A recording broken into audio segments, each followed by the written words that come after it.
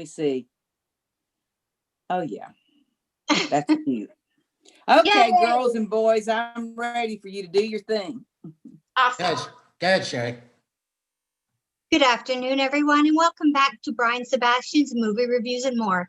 Today, it's a special day, especially for myself, because our special guest is one of my first interviews, and she was my first big deal of an interview. And, you know, as every year passes, we always think, are we doing good? Are we doing enough for our friends? And when I met Edie Hand on my first interview, I realized that working with Brian and Jessica on Movie Reviews and More, there is a possibility to be able to do good for others. Edie Hand, she is a true Southern belle. She is the lady that epitomizes grace and charm, and that good manners never go out of style. You got it.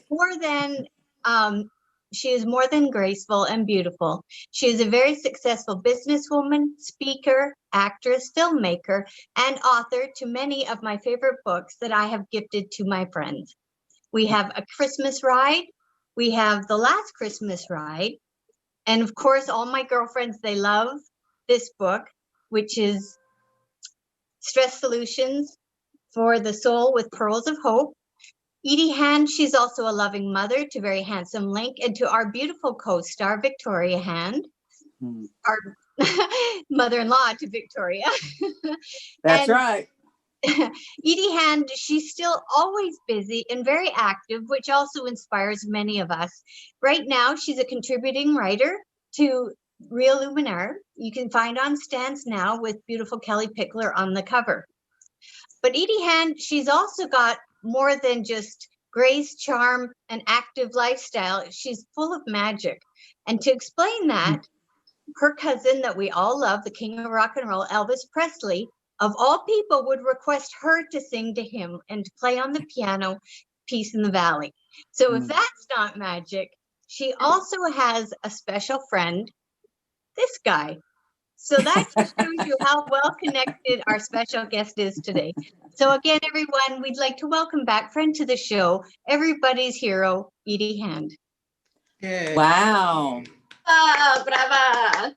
Oh, thank you, Sherry. That is so sweet and very humbling. You're a blessing, and you have a huge fan base growing in Canada, and I thank you. And you know, I always like to give gifts rather than receive, and giving your books as gift has kind of elevated me in the eyes of a lot of friends and new friends. So I thank you because you have a gift of words, and I appreciate that. Thank you.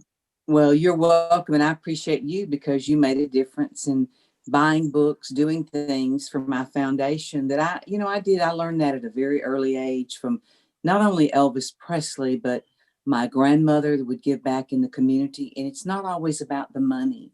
And, at St. Jude Children's Research Hospital, I learned about acts of kindness as a young teenage girl, and just sitting to read to a child when you could do things like that.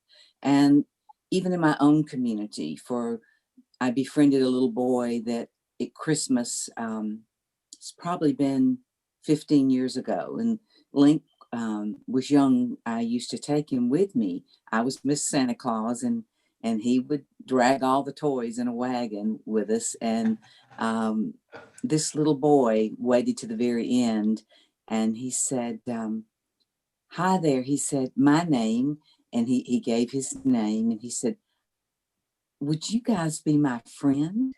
And we said, well, sure. Could we meet your mom and dad? And he said, I don't have a dad, and my mom works, and I have no one. Well, of course, they do not want you to get connected to children at the hospital, but I said, I will be your friend. And Link said, me too.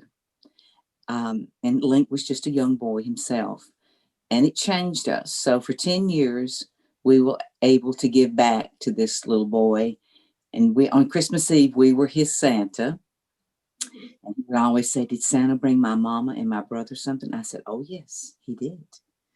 And unfortunately, he lost his battle probably about 5 years ago with cystic fibrosis. And he was just starting college. I'd gotten him a scholarship to go to nursing school because he wanted to give back. Wow. So that's how long we'd known this kid from a child to that. And I'll never forget him that God blessed me to be able to help his mother to do his funeral. And I gave his eulogy, and it changed me. I could see, and Link was flying in from California, and, you know, he certainly was a grown young man by then, and he had watched and grown close to this child. And yet he said, and Link made it just in time. I looked up, I remember that day out of the corner of my eyes, I was finishing up my words to honor this child. And I saw Link. And I can tell you that this time of year brings that to my heart to encourage people. You never know. You know, people may not remember my name years from now or how much money I had or gave, but they will remember if you make a difference in a child's life. That I believe. Well, So I have been blessed. and that is the essence. Edie Hand, she's got this really wonderful book, The Women of True Grit. And there's so many diverse stories in here, and it touches on, you know, that making a difference. And there's so many different women in here that anyone would relate to a particular individual. There's Maya Angelou, there's Janis Joplin, there's Barbara Mandrell. For myself, Joanne Carson. And I just, you know, I get shivers thinking about it. And I wish that, you know, of course, she was such a great lady that it's hard to get access to a lady like that. But hearing her story of, you know, in those days when people were poor and the fathers couldn't raise the child, she was put in a convent, not once, but more than once. And how she believes that, as you say, Edie, with this young boy, you know, it's always the innocent that seem to touch you deeper, you know. And for Joanne, she mentions cats and dogs, you know, they have no bias in their life. And so they gravitate to good. And obviously this young man gravitated to you. And again, this is such a lovely book. If someone's can't think of something to buy a friend for Christmas, I don't mean to be pushing on spending. However, it really is a thought-provoking book, and it helps inspire, I think. Well, I feel like we all, every person, man or women, we all have a story within us. And there are some of us that have had to experience harder times than others. But I am so recalling at this time of the year of what I did. You know, do you guys think about what your favorite holiday memory is? And if you just stop, or whoever around the world is listening, and think about what is your favorite holiday memory? And I will never forget my grandmother Alice, that she had the most influence on me in my life. She's the one that taught me about those manners and wearing my pearls, keeping my pinky up, and being kind to someone, but always willing to learn something. I mean, I learned how to milk a cow. Trust me, I didn't want to learn how to milk a cow. But I would say, what is that going to help me? You know, as a young girl. But she said, it teaches you the value of putting a meal on the table. If you're a farmer, you have to milk a cow. You have to break a horse. You have to take care of the livestock, whatever it is. There's timber on the land. It has to be, as you know, it's got to be cut. It's got to be a sawdust area where that if you cut that lumber, it's hard work. And I think I learned from all those stories of women and through life's lessons of love at this time of year. Most of my family is in heaven, and it makes me very sad. But what joy comes to me is when I think of those sweet memories, and I get out things of Elvis that he gave to me. I get out my pearls from my grandmother. My three brothers died so young at 19, 23, and 46 that I really look at pictures of them and think how each one of them made a difference in my life. Like David brought me laughter, not material things. And my brother Philip taught me about seizing moments, just like us talking and sharing something positive with somebody. And my brother Terry, because he suffered for 7 years and we care gave for him, I learned the most about courage. How did I know that would matter? That my grandmother said, you can do hard things, Edie. And one day you're going to know what that really means, that you can turn those hard things into beautiful situations. God's gift to me to tell stories, to write, to still think about it. In 2021, I turned 70 years old. And I think, what a blessing that God is giving me a third act. And that I'll show you this. This book of True Grit was just released around the world. It was in FedEx's commercial appeal in Memphis, Tennessee, that is now, which is owned by USA Today, that went global with what they did.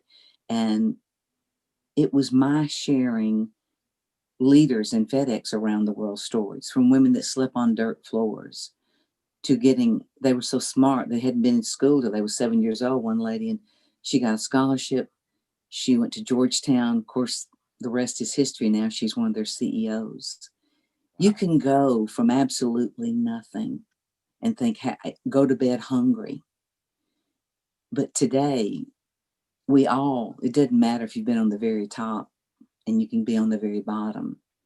But what's important is that we build healthy relationships along the way. And with each one of you, I have a different kind of relationship, right? Jessica, Brian, with you too also. Brian longer. And there is somebody that took the time to give us a moment that allowed us to get to know each other. And I try to relate that in the stories of my books. And you have any, I see Jessica, you want to ask me something? It's about the new book that you've done. So it's the Grit FedEx Women. Yes. And I know that I did read that article that you just mentioned in the commercial appeal, and I was curious, for as many women as you were able to speak with, and you referenced not being able to schedule, things were thrown for a loop once COVID with hit. COVID, and so yeah. Scheduling and timing and availability and different time zones. Did you find a common thread throughout the stories, as diverse as these women are and where they came from in their backgrounds? Did you still find a common thread that was kind of prevalent throughout all of the stories and in making and creating this book, the new one? Jessica, that's a very good question. And yes, I did. Each one of these women, from Hong Kong to the Netherlands, to Memphis, Tennessee, to Pittsburgh, Pennsylvania, they all had a strong passion for life. They had a strong perseverance to do whatever it took to make it happen. Listen, without a company like FedEx, these women would have never had the opportunity to have the education, some of them, that they were able to advance themselves, to be able to apply for positions that normally were held by men. And that someone like Mr. Smith, that is the CEO, saw the greatness in diversity in women. He already believed it in men. And then again, he started seeing it in the women. And they started this program of women in leadership, which I was honored because of Jana Maba that did the book with me. She orchestrated it all because that was the trust, was that the women had the trust in her being the leadership of their women's group to give me that time. People that don't orchestrate things don't understand how hard that is. It's a major job to orchestrate. Even Brian, putting this together to talk. I mean, we're all in different time zones, we're different things, but that's what True Grit. I interviewed a pilot, a young lady from in Texas, and to think that she and her husband have, a landing area, and they have a zoo at their house. I mean, just zoo? Stories that are, a zoo, a small zoo. Yeah. Llamas, horses.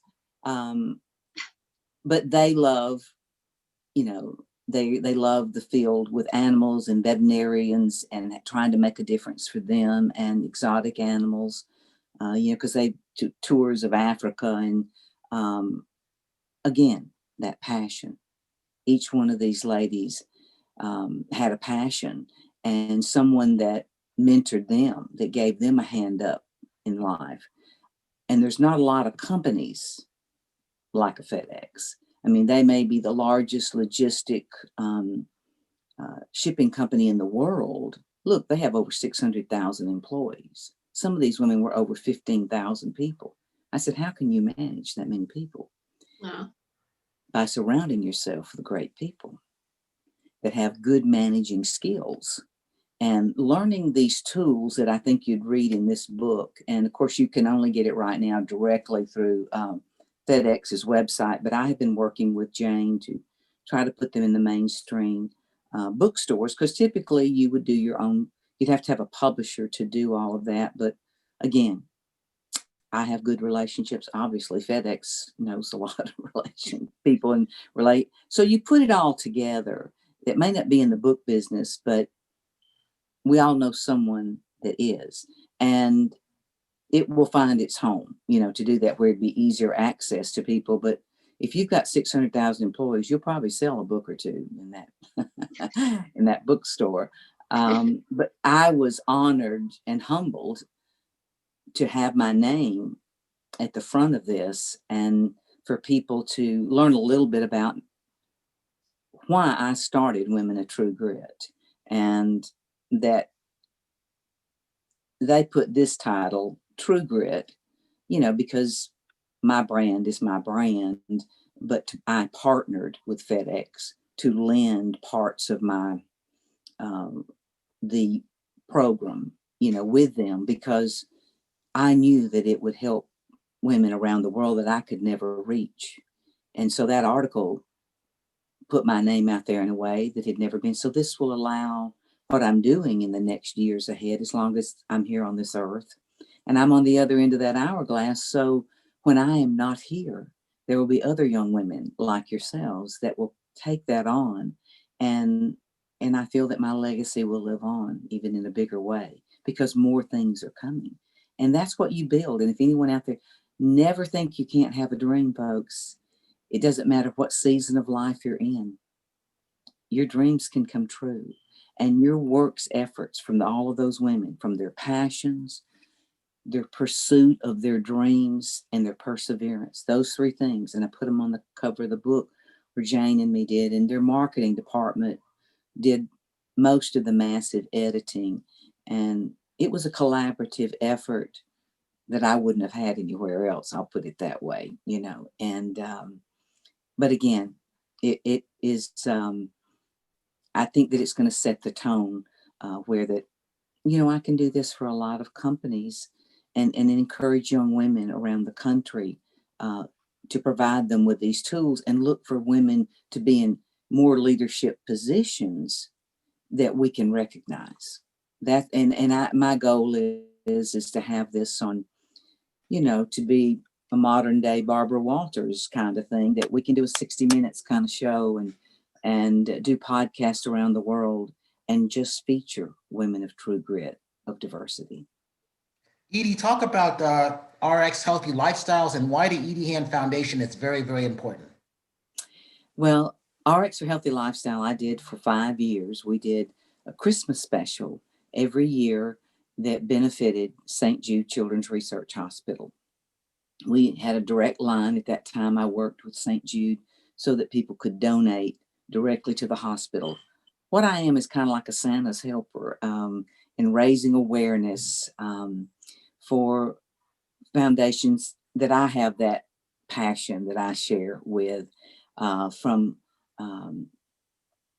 work with kids that try to help them to get food through Heal Alabama, that's now Heal United. I have worked with Children's Hospital of the Miracle Network, because that's here in Birmingham, Alabama, one of the hospitals, to this. And that led to where my foundation, which is at the ediehandfoundation.org, is, we are small, but we do small things that make big differences. And if people don't have a special charity, maybe they'll look at my site and they can either do something directly for them, or if they want to do something to my foundation that helps me to help others in different places. I sell my books to make a difference for that. And it was founded 15 years ago in my three brothers' memories. And since then, my mother and my father both passed. And I have one sister left living. I'm the oldest, she's the youngest. And, and Link's father's passed away. So when you lose your core, most of your core family, it's the greatest way I can honor them is through giving back. And if it's one person, listen, I went and bought with my niece, which was great. She wanted to teach her two little girls that are 4 and 8 to pay life forward, Brian. And she said, they call me Edel. And they say, Edel, you're the best. And they love shopping. They says, we don't want to pick out anything, but if you decide you want something from me, this is what we like. And I thought it was funny, but they said, we're here today because mommy said we're going to help some other kids that have nothing. I said, that's true. So they helped me pick out baby shoes, baby's diapers. Even the little 4-year-old found a small little stocking, and she said, oh, how precious, Edels. Can we get this for the little baby? And I said, yes, we can. Oh. So it was, when we finished, they were all aglow. And the store manager happened to see that we had 2 big carts. And he said, oh, are you doing this for? I said, well, I have a small foundation in the memory of my brothers. And I do this, and I encourage other people to do things in their area. And I said, these little girls were learning what it's about to purchase items, and then to take them and see the looks on people's faces of gratitude that someone cared about them and doesn't expect anything from them, just wanted to give it to them because they loved them. And he was so moved, and the little girls said, yeah, that's right. And so he handed each one of them a card that had X number of dollars on it. And he says, you girls come back another day or today and you shop for yourself because you were so kind to pay life forward. And when you do good things for other people, good things come back to you. I thought that was such a terrific thing that he did. Yeah, and a great lesson for them, because not only was it something that you provided, but it was another stranger was giving to them. Yeah, exactly. So it was full circle. It was so great. Wow. And so that's why I do it, Brian, is that I have spent a few holidays alone. I promise I'm never going to do it again, but because my son lives halfway around the country. But you know what it's like. Being alone, you have to build a certain amount of confidence. For people out there that are alone, sometimes if you don't have someone to be your cheerleader, you have to learn to be your own cheerleader. Yeah. And it is very important to know that you're worthy. You're worthy. And that no matter who you are, geographically, where you live, that sometimes all you need to do is just tell someone that you could use a hand up. And I guarantee you'll get it. I think God provides, but sometimes it's hard to ask. But if you ask, good things come. I believe that. So that's why I do it, Brian. Well, speaking of your foundations, sorry, Brian, go ahead. Oh, go ahead, Jessica, go ahead. All the other opportunities that you provide through your Edie Hand Foundation, kind of as a, overall whole, and then you have all these little subsidiary opportunities. Right. I wasn't aware of the You Paved the Way organization. And how did that start? What was your initial inspiration for that particular?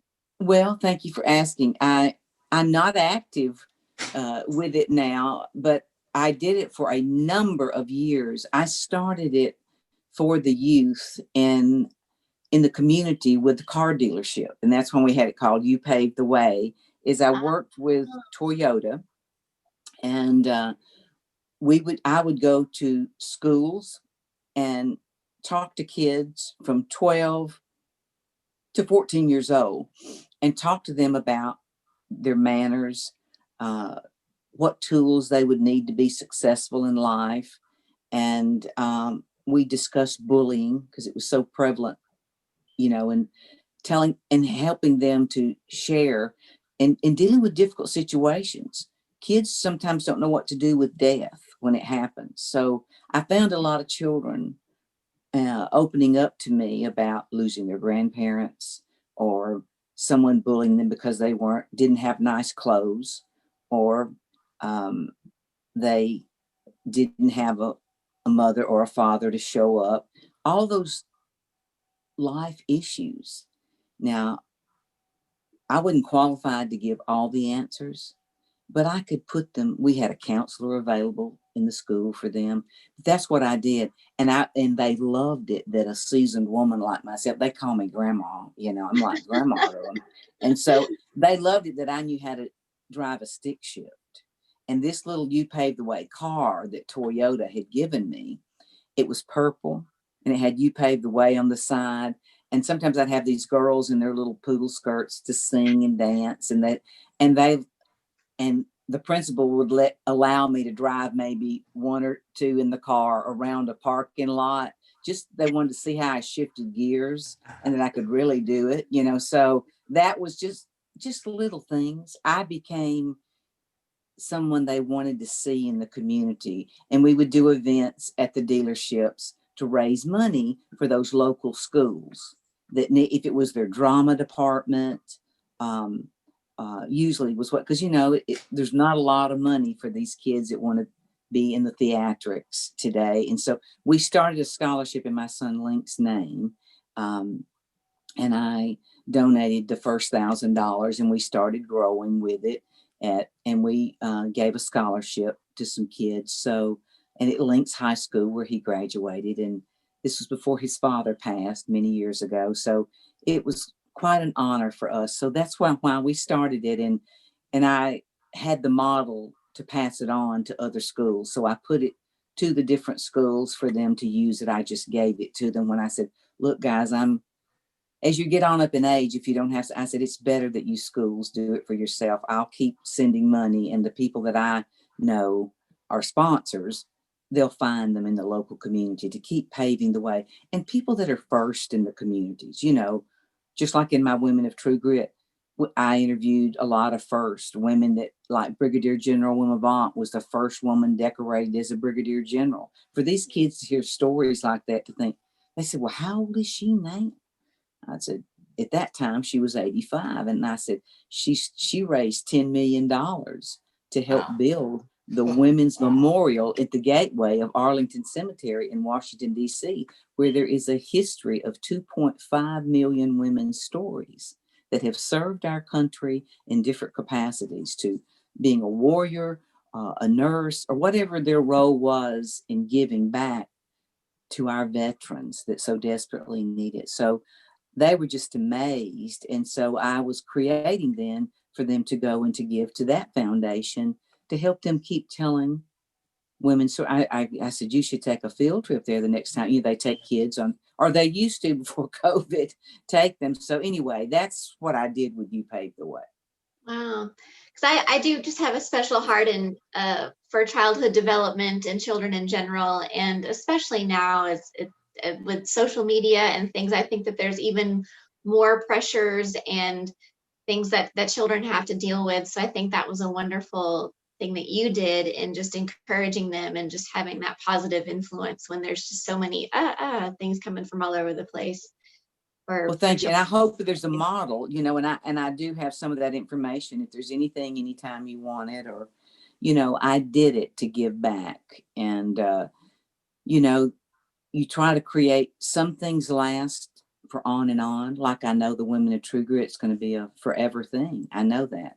But there are projects that you do. And I encourage people that in your own community, see what the need is. Listen to what your community needs. At that time, that's what they needed.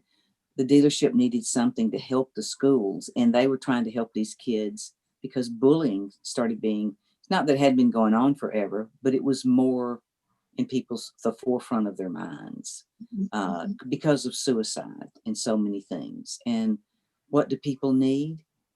People need love. Yeah. They need love.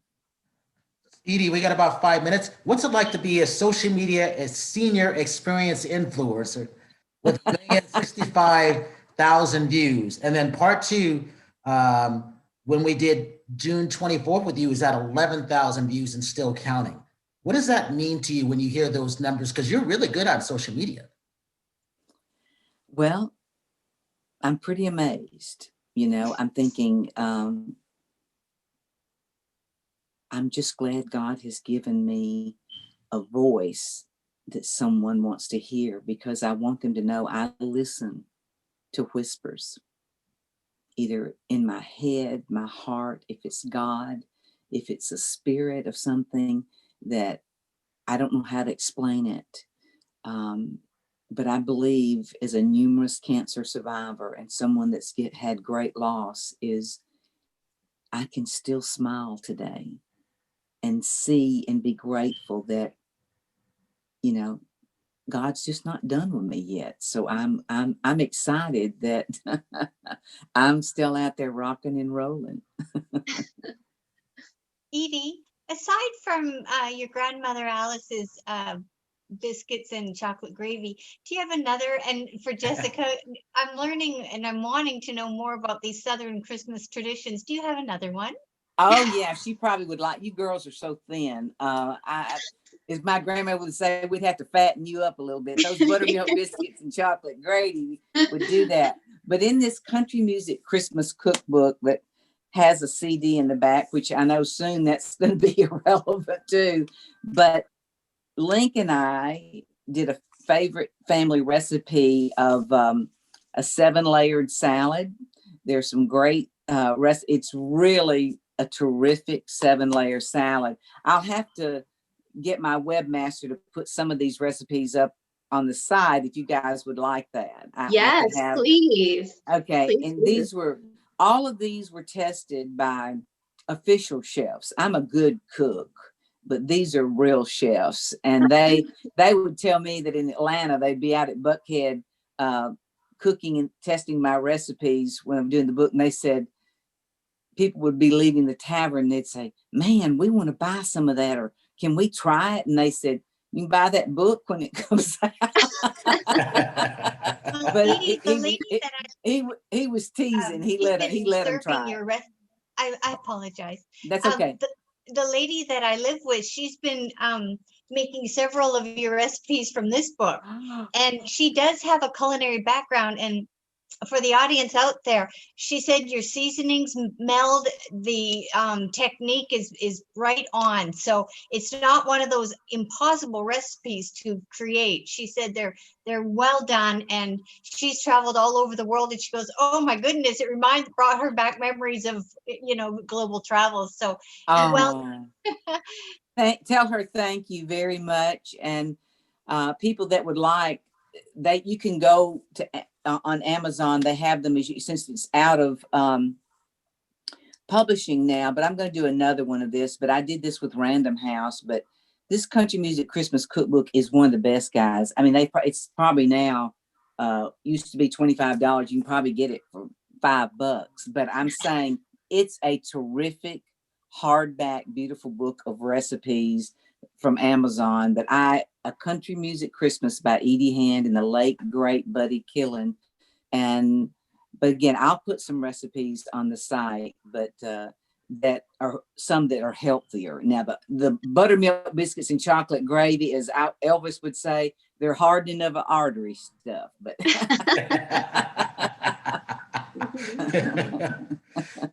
Edie, for the audience real quick, give your social media links.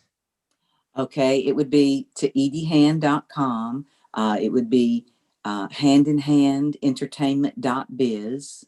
And we have ediehandfoundation.org and rxforhealthylifestyles.com. So, hey, you can always go to my ediehan.com and see a lot of things. But if they want to listen to the documentary and the stories, they can go to handinhandentertainment.biz, and they would know a lot about my heart if they watch that story.